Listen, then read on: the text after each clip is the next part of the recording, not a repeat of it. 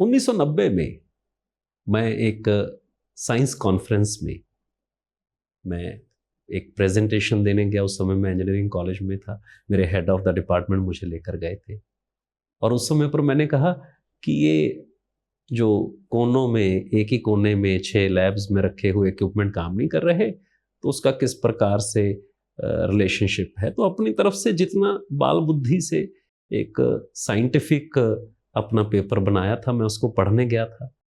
तो वहाँ पर जब मुझे सुना तो बाबा वहाँ आए हुए थे। 1990 में ये मेरी पहली मुलाकात बाबा से थी। तो उन्होंने मेरा ये सब सुनकर मुझे खूब शाबाशी दी और बोले, बेटा कोई तेरे को ज़रूरत हो तो मुझे बताना। अपना पता दे दिया और उस समय पर एनजीआरआई हैदराबाद के एक साइंटिस्ट थे डॉक्टर नेगी, उनसे मेरा परिचय करवाया। बोले इसको कोई ज़रूरत हो इसकी रिसर्च में तो मदद करिएगा। और फिर धीरे धीरे धीरे धीरे बाबा सब लोगों से जोड़ते चले गए। मैं उन्हें पहले दिन भी बाबा ही कहा और हमेशा बाबा ही कहता रहा। मुझे उनकी बातें बहुत अच्छी लगती थी। वो मेरे प्रेरणा स्तंभ रहे। जब मेरी अमेरिका में जॉब लगी, मैं उनको बताने गया कि बाबा मेरी जॉब लग गई है, अब मैं जाऊंगा। तो बोले ये जो सब रिसर्च कर रहे थे इसका क्या होगा? मैंने कहा बाबा वहां जाके भी करूंगा।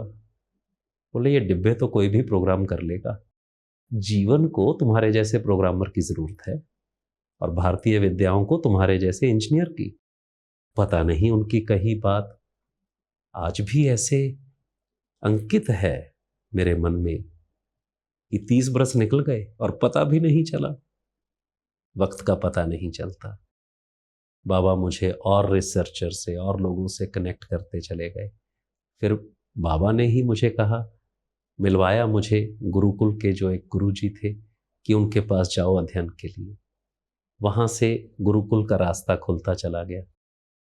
बापट जी थे नागपुर में, उनके पास मुझे भेजा था और मैं बाबा को आके बताता रहता, बाबा मैंने ये पढ़ा, अब ये पढ़ा, ऐसा बच्चे जैसा। अब एक बच्चा कैसे करता है। इंजीनियरिंग हो गई थी, गुरुकुल में चला गया था, तो उनको मैं बताता रहता था। उनके जो भी कहीं पर भी बाबा अगर बोलते तो मैं सुनने जरूर जाता, क्योंकि बहुत कुछ सीखने को मिलता था। तो मैंने एक दिन पूछा, मैंने कहा बाबा आप इतना अच्छा बोलते हो, सब बात समझ में आती है, ये कैसे संभव है? तो गीता प्रेस गोरखपुर की एक श्रीमद् भगवद गीता बाबा ने मुझे दी।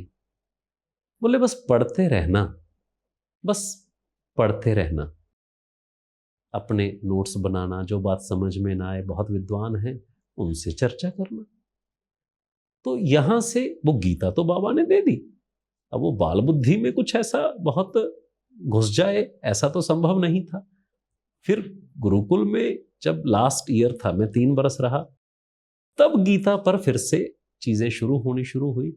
हालांकि पीस बाय पीस डे 1 से शुरू हो गया था, क्योंकि बेसिक आधार वो है। पर गीता एज सच पढ़नी है ऐसा नहीं था, शुरुआत सूत्रों से हुई। तो बाबा ने कहा है इसलिए पढ़ना है। पढ़ता रहा, पढ़ता रहा, चीजें चलती चली गई। बाबा जोड़ते चले गए। उन्होंने हमेशा दिया ही दिया, आशीर्वाद तो दिया ही, परंतु देश में बहुत अच्छे लोगों से, साइंटिस्ट से, सब लोगों से मुझे जोड़ा। और उनको इंस्ट्रक्शन थी और मुझे नहीं पता था कि बाबा ऐसे इतने लोगों को कैसे जानते हैं। फिर मैंने कहा जानते होंगे, क्योंकि बाबा खुद भी इंजीनियर थे। अब साहब ये सब होते होते चीजें खड़ी होती चली गई, बहुत सुंदरता से खड़ी होती चली गई। और मुझे लगता है कि अगर बाबा मेरे प्रेरणा स्तंभ ना होते तो शायद मैं आज यहां नहीं होता।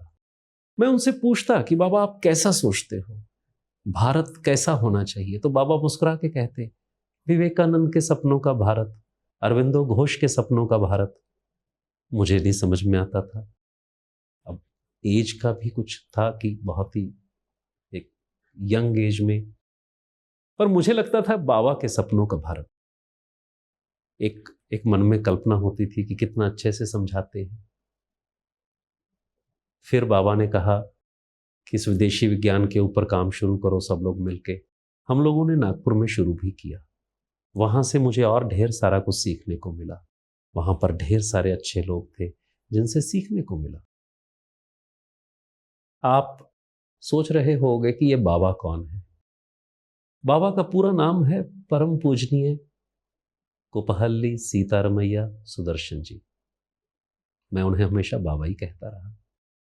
और बाबा ने वो प्रेरणा दी, बोले गलत नहीं करना किसी का भी, किसी पे कोई जाति नहीं करनी है, विद्याओं को पुनर्जीवित करो, खुद उदाहरण बनो। पता नहीं मैं बाबा के सपनों का उदाहरण बना या नहीं, पर जब तक बाबा रहे खूब आशीर्वाद दिया, खूब खुश रहे। बोले हाँ अब तू इसको घर घर पहुंचा। बाबा ने 2012 में शरीर छोड़ा और शरीर छोड़ने के करीब 1 बरस पहले खूब लंबी देर उनसे बैठक हुई। उन्होंने कहा अब तो सब व्यवस्थित है, बच्चे परिवार सब कुछ व्यवस्थित है, ठीक है। मैंने कहा जी बाबा। तो बोले फिर जो तुम्हें मिला है अब इसको बांटना शुरू कर दो। बस बाबा के वचनों के करीब 1 सवा बरस के बाद 2012 में महावास्तु की शुरुआत हो गई। उससे पहले भी कर तो वही रहे थे, अब इसको थोड़ा व्यवस्थित करके शुरू कर दिया करना। आज महावास्तु विश्व भर में है आपकी बदौलत। और मेरे मन में बाबा के प्रति अगाध श्रद्धा, क्योंकि बाबा वैदिक विद्याओं के